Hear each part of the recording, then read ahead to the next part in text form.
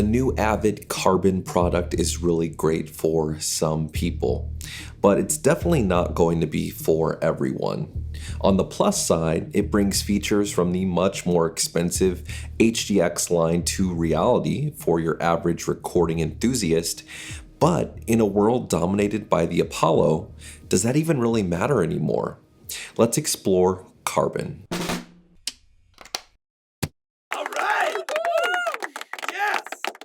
Carbon is an interface capable of supporting 25 inputs and 34 output channels at one time.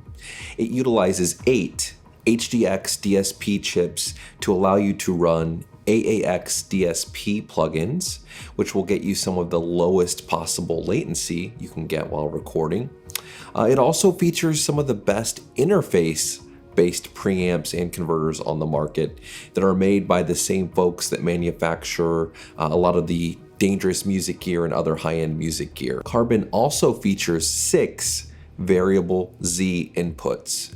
This will allow you to get different impedance sounds and impedance levels on your guitar input or a ribbon or dynamic or condenser microphone to get different tones out of that. I suspect Avid will develop a unison-like technology to model various gear on the input side in the future with that extremely clean front end. The interface also features 4 headphone outputs that can get their own dedicated mixes. The mix engine runs on a custom FPGA to help ensure rock-solid performance. Why is it cool? Carbon is actually pretty amazing. Can you imagine if this had come out as the fabled 004 in like 2012 before the supposed apocalypse? I'm pretty sure the recording world might look a lot different today if it had.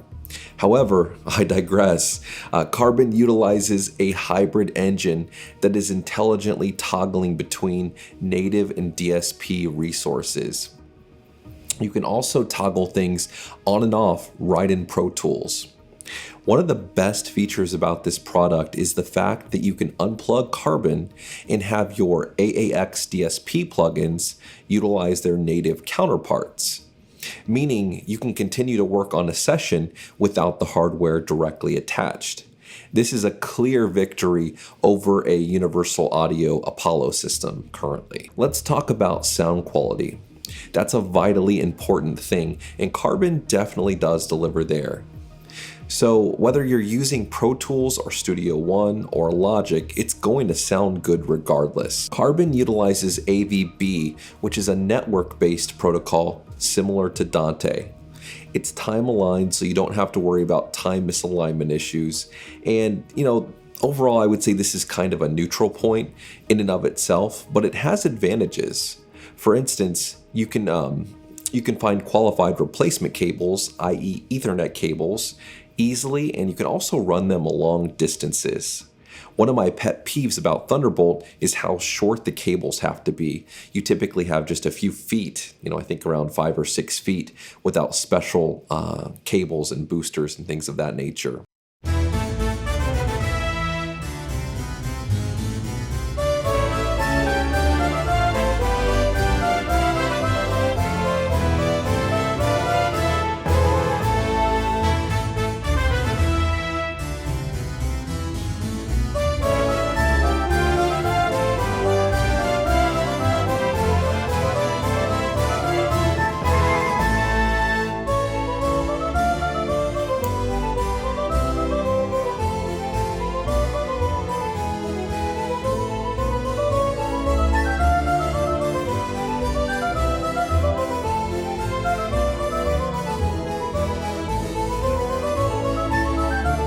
Why it's not as cool.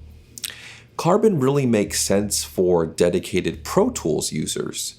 Think about it, you can't utilize any of the DSP chips outside of Pro Tools. So that aspect of the interface is kind of wasted outside of Pro Tools. The price. I don't think I mentioned it yet. Carbon is going to cost $39.99.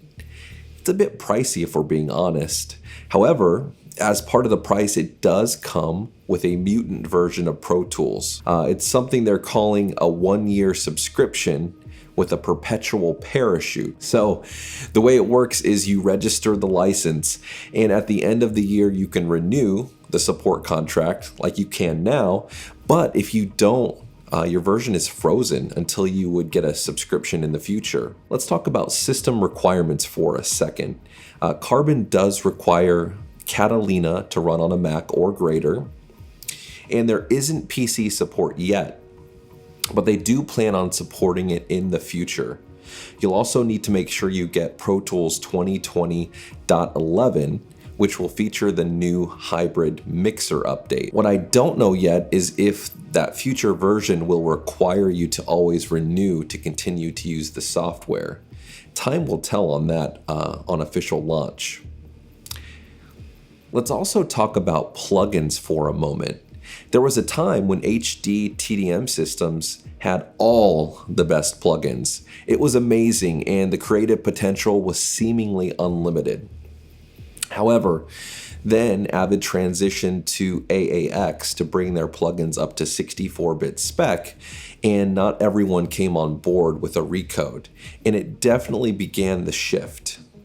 There are plenty of great native AAX plugins, and I'm hoping more people come back on board, but I don't think the long-term outlook is great.